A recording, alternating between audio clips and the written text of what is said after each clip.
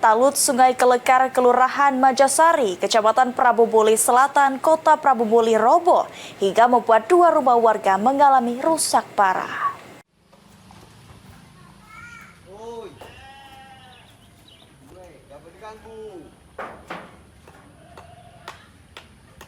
Dua rumah warga yang berada di Kelurahan Majasari, Kecamatan Praboboli Selatan, Kota Praboboli mengalami rusak parah akibat talut Sungai Kelekar yang roboh. Rumah yang berdiri di daerah aliran sungai ini rusak parah di bagian dapur dan kamar mandinya. Talut sungai yang roboh diduga karena adanya pergeseran tanah dan aliran air yang deras akibat hujan beberapa hari ini. Saat ini rumah yang rusak dilakukan perbaikan sendiri dengan seadanya oleh warga yang menjadi korban talut yang roboh. Beruntung tidak ada korban jiwa dalam kejadian ini. Warga berharap ada bantuan dari pemerintah setempat untuk perbaikan rumah mereka yang rusak.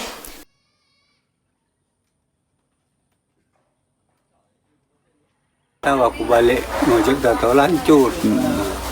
Yang tahu ini yang di rumah makanya. Pas balik setengah 12 kejadian tuh. Setengah 12 apa itu? Setengah 12 siang. Anak baru sholat Jumat luar balik. Tak tahu balik lama ini cerita lancur. Apa yang hancur rumah itu? Kamar mandi, dapur, itu dinding-dinding longsor kan. Kita lagi ada tak korban apa keluarga kita tu? Alhamdulillah berkorban dekat. Terus harapannya apa, Pak? Ya harapannya kalau baca pemerintah ya segera ini kan Dibantu. Ya masalah gitu kan. Petugas dari Dinas Perkim Kota Praboboli telah turun ke lapangan dan melakukan pendataan kepada warga yang rumahnya terdapat talut yang roboh.